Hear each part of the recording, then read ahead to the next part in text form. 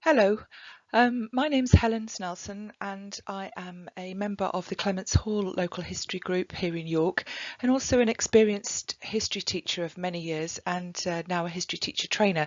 And what I'm going to do in this short presentation is give you a short introduction to the secondary school history curriculum in England in 2020. It probably have some currency for about a couple of years as a presentation and then things will change. But my purpose is to give people who perhaps have had some contact with education in the past or don't understand the mystery of schools a little bit of an insight into what's going on in school history teaching, which might then be useful for local history groups thinking about how they can make contact with schools.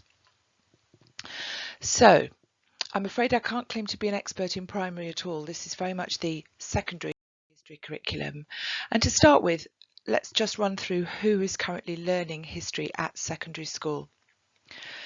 Firstly, all children in what's known as Key Stage 3. So that's the years 7 to 8 or 7, 8 or 9. And this is different in different schools now. Some years have a 2-year Key Stage 3. Some years have a 3-year Key Stage 3. What we're meaning in terms of ages is age 12 to 14, what used to be called first, second or first, second and third year. So you're looking at that many children who are all doing history. However, they're probably only studying it for 1 to 2 hours per week. And that, of course, is not very long, both in a week, but also in a young life. They have an awful lot more maths and English and science lessons. And I don't need to tell you, there's an awful lot of the past to try and cram into such a short time. Because that's the only time in their career, their whole school career, that all children will get history, most of them from a specialist historian in specialist history lessons. Because once the decisions are made about GCSE, and this can be by the middle of the second year now, or by the middle of the third year, which is what was most useful, so year 8 or year 9, at that point the children choose their GCSE options. And although history is popular, it still means that only something just over 40% of children will go on to study history. This makes us a real outlier in the rest of the continent insofar as that we let our children stop formal learning of the past so young. But as I say, let's stick to good news. Almost half of children in this country, and of course I'm talking about England because we have devolved education systems, almost all children, half of children are going on to study GCSE history. That then means they will get 2 to 3 hours a week of study, so history is a much larger part of their lives. For those that continue, then something up to 10% of children go on to study history at A level. Once again, now a 2-year course. I'm not going to say much more.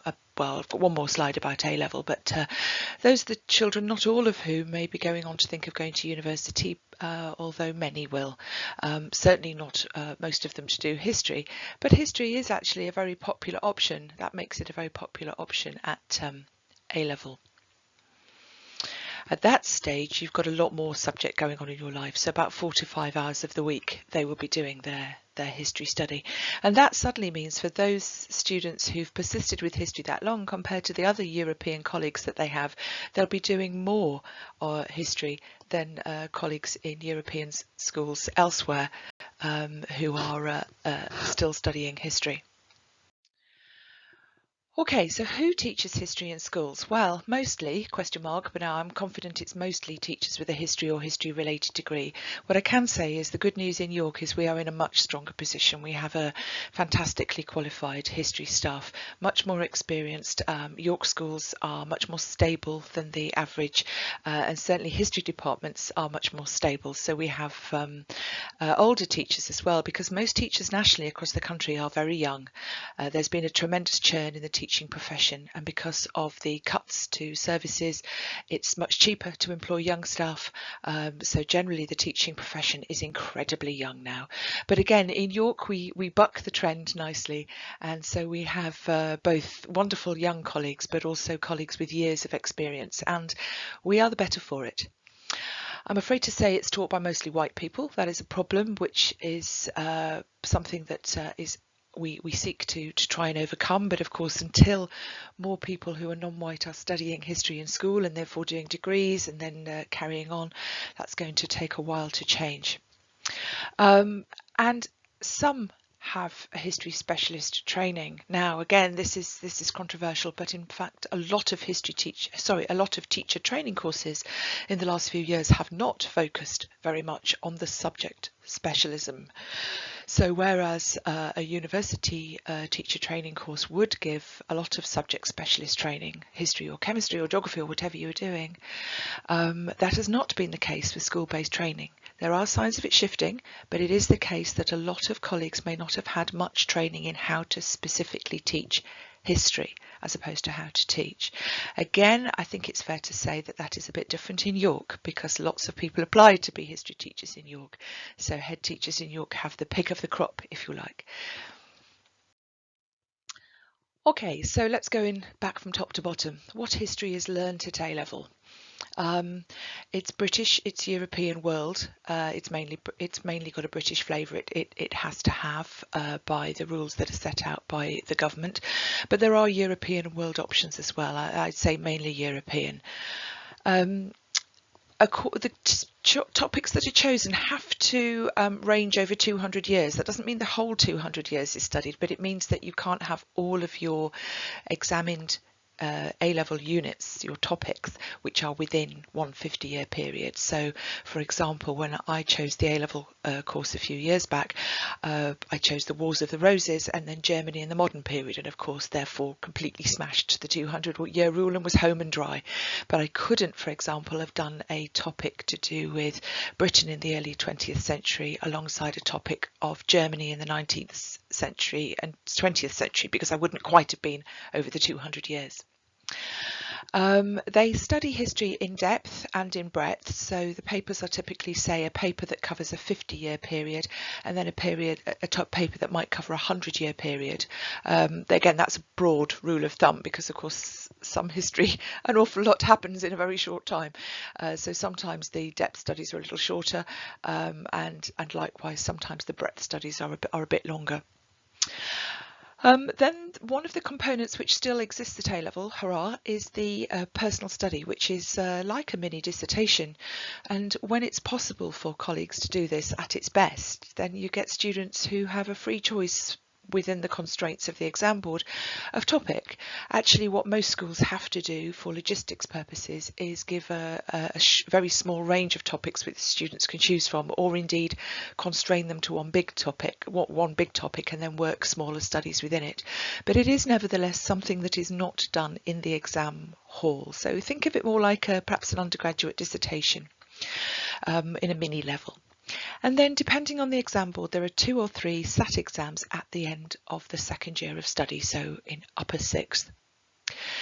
The exam papers and the personal study, somewhere across them, the students will be working with primary source material, very much in printed form, in reproduced form, but nevertheless primary source material. And likewise, they will be working with historical interpretations. In the actual exam hall, that tends to be very much focusing on the content of the interpretations and how convincing they are using knowledge. In the personal study, then it has more of a bringing in of issues to do with the purpose of the historian, the audience they were writing for, and so on and so forth. There are a very wide range of subjects on offer at A-level. For example, African kingdoms is a topic that can be done at A-level, which is a wonderful topic. Unfortunately, only at the moment 15 centres across the country have opted to study it. There are some clear favourites. This is potentially a problem of history repeating itself and people going to where they're comfortable teaching, but there's a big focus on the Tudors is the most popular British topic, and the Germany is another fairly favourite topic, but Russia is another big topic for the European topics. So that gives you a flavour of those. At GCSE, then the GCSE changed a few years ago. There is a thematic study over time. By far the most popular is to study medicine and public health across time. Interesting in our current climate. There is a big push to try and get more people to do migration over time. Crime and Punishment over time, however, is the second most popular. In this city, I think it's fair to say most people are doing Medicine Through Time. Some schools are doing Power and Protest over time as well. A British depth study is also part of what they must do. The most popular British depth study is Elizabeth I. The Norman Conquest is also popular. The wider world depth study, way out there in most popular, is Germany, usually under the period of the Third Reich, Weimar and the Third Reich. But there are other wider depth studies in all sorts of subjects. A period study then is the study of about 40 years. So a depth study is about 20-25 years. A period study is about 40-50 years. Now again, this is configured slightly differently by different exam boards. So the one I did, actually, the wider world depth study, was the era of the First World War, so 1894 to 1918, when the period study was Tsarist and Communist Russia. So there are varieties. Everything now is assessed via exams at the end. So if you remember children or grandchildren doing what's called controlled assessment and moaning about it, that's gone. For better or worse, it's gone for now. So everything is assessed at the end of 2 years in the exam hall. And there is a lot of extended writing, and this is causing quite a lot of issues for lower retaining students, some of whom are finding it very hard to even access the curriculum and show what they can do on the papers. But teachers choose the unit they do from the specification, and I'm afraid there isn't much route in here for local history groups, and GCSE drives a lot of what goes on in school, because there is a tremendous amount of pressure on all teachers to get the best possible results. Of course, on the one hand, that's an extremely good thing. On the other hand, we have in this country tended to conflate GCSE results with a good education. And it's interesting how people from outside Britain, for example, who come to the study at the university, comment on this and are very surprised by it. But we are where we are. I think what we can do with local history, and is welcomed, is to provide perhaps opportunities to flavour the topics with a local story or a local case study. So, for example, a fabulous colleague of mine in Lincoln is teaching Crime and Punishment, and she uses, for example, material on local Lincoln people who were transported, and on Lincoln Jail when she's doing that particular part of the topic.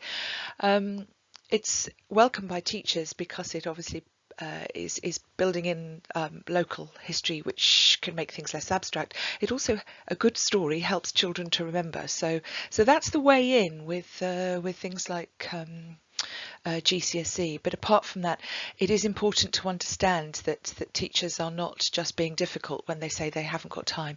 They really haven't. Particularly if they've got a 2-year GCSE, there is an awful lot of material to cover in a very short time.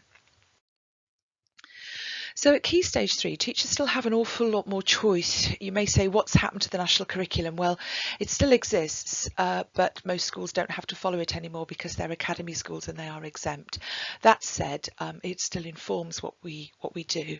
So I've walked away from that really because there aren't prescribed subjects on there anyway in terms of topics apart from the Holocaust. So to say what's usually going on.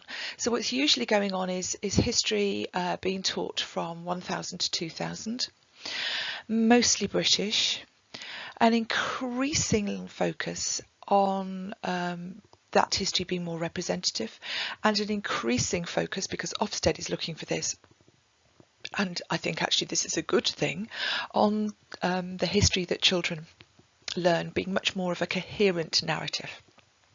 I think a coherent narrative overall, having a sense of how things join together with a strong sense of period, is something that every historian would say, yes, please. Of course, where we all could have a big debate and disagreement as to how much that should be a coherent narrative of our island story. But there is remarkable freedom, but increasing pressure to show coherence. Disciplinary as well as substantive knowledge. What I mean by that is that all the way through, but particularly starting well, it starts earlier than Key Stage 3, but we're focusing on not just the topics of history, so the substantive knowledge, say the Tudors, the Reformation, the French Revolution or whatever, but also substantive concepts such as the development of the concept of Parliament through time, or what it means in terms of church, or the development or different types of revolution would be an example of a substantive concept. But we're also seeking to teach disciplinary knowledge. So that is to enable students to learn how a historian would approach the past. So using sources as evidence to construct interpretations, looking at how interpretations are constructed, how historians shape and frame knowledge in relation to change and continuity, cause and consequence, and so on. So that's what I mean by disciplinary concepts. So again, it's a fairly full agenda, makes it a wonderful subject to teach.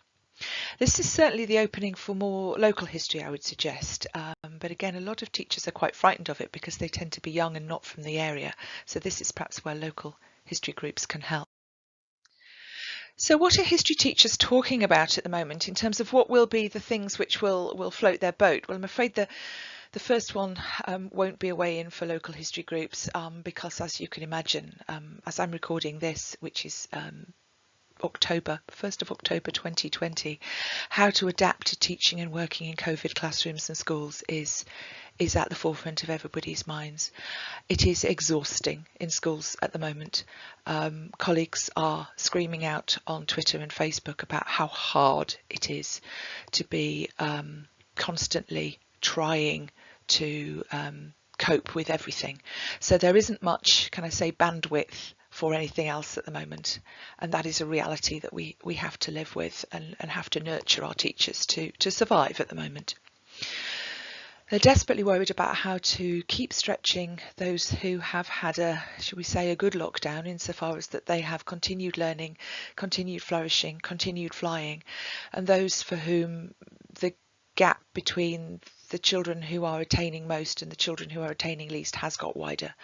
Some children, for very many reasons, have not thrived at all. In fact, they have really, really struggled and are struggling.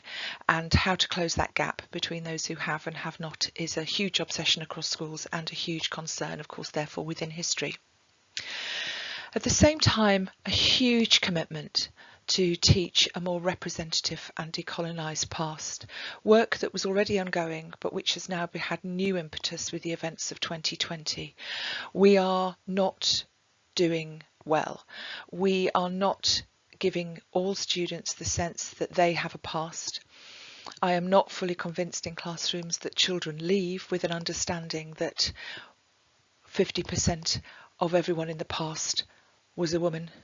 I have not got a sense that people are understanding that there have been black people on these islands, well, before the English, as Peter Fry would say. And we know that coming from a city that was once called Ibaraki. We are only beginning to scratch the surface of what it means to teach in a way that is truly decolonised and what that means for the school curriculum. But it's work that's started, it's work that's ongoing, and it's work that's happening in this city, and it's certainly something that history teachers will be interested in. How to achieve the best results for our students is, of course, an ongoing concern. In some colleagues' minds, as I've said, that's conflated with the GCSE results entirely. But for many colleagues, it's that, but it's also more. And it's, of course, connected with how to make students want to do more history, both more at school so that they keep going, but also more because, well, we're all history nerds, aren't we? And we want to turn the young on to loving our subject. So to finish on some really good news is that as we are in 2020, the Historical Association, which is the National Subject Association for Teachers, which many of us in York are very active in, is seeing an explosion in membership, particularly driven by history teachers, which is fantastic news and suggests that all is well. Some of that is being driven by the demands of Ofsted for coherent curriculum and panic, but not all of it, because not all subject associations associations are seeing the same rise. And so there is a really good buzz about history and a real openness to learn, and young teachers taking advantage of the wonders of social media. And they've been incredibly creative over lockdown with their continuing professional development and taking advantage of the breakdown in geographical boundaries that the digital world has opened up to us. As part of the Historical Association in York, we have York Clear, where the local North Yorkshire branch of the HA is very much supporting this. And many of you will know this is our local network of history teachers, and there are many of us who are very active, some of us who are less active, but what we do is we try and make sure that we can connect to everybody. And we are always delighted to operate as a way in to the history departments in the city for everybody else in the city who is passionate about history. And connected to that, we have York Clio History Nerds, which is our way of bringing together those students who are aged 14 to 18, who are really keen and enthusiastic on history and want to do more than just their GCSE and A-level specifications. And we've got ways of, in non-COVID times, bringing those students physically together, but even in COVID times, of bringing them all together, for example, on a Zoom webinar to learn and enjoy history together. So again, we have opportunities to reach the young in this city, and I think it's lovely that in a city so rich in the past and so well provided with history groups, that we now have a history group, if you like, specifically for those very young historians. The good news is as well is that teacher training at universities is now less under threat than it was a few years ago, which means that the local universities are more able to, again, put time and resource into supporting and nurturing education and history within the city. And certainly in my case and in Ruth Lingard's case up at the University of York, we are very, very keen to help to be the coordinators and the conduit and to link up with the history department, but also with schools and with groups across the city. And local history is being seen as a way that history teachers can, if you like, solve some of the problems of so much past. And where do you start? Particularly in relation to representative and decolonised history, for example, because actually starting with local stories can be way into very, very complex topics. So I would say that local history is never, I'm afraid, likely to get a big wedge on the curriculum for its own sake. But wherever we can say, hey, here's the national or European or world story that you're teaching, and here's how a local story flavours that very large subject matter, then we've got a way in. And if we can't all do that in York, then heaven help us. I hope that introduction has been useful. As I say, I'm a member of the Clements Hall Local History Group. My Twitter handle is @Snelson, so capital SNELSONH, and I can be reached, probably the best email to reach me on is helen.snelson, SNELSON, @york.ac.uk if you have any questions or queries and you would like to find out more about this sort of topic. But all the best, good luck with your local history, because I think most people that if they listen to this will be local history people, and thank you, and I hope it's been helpful.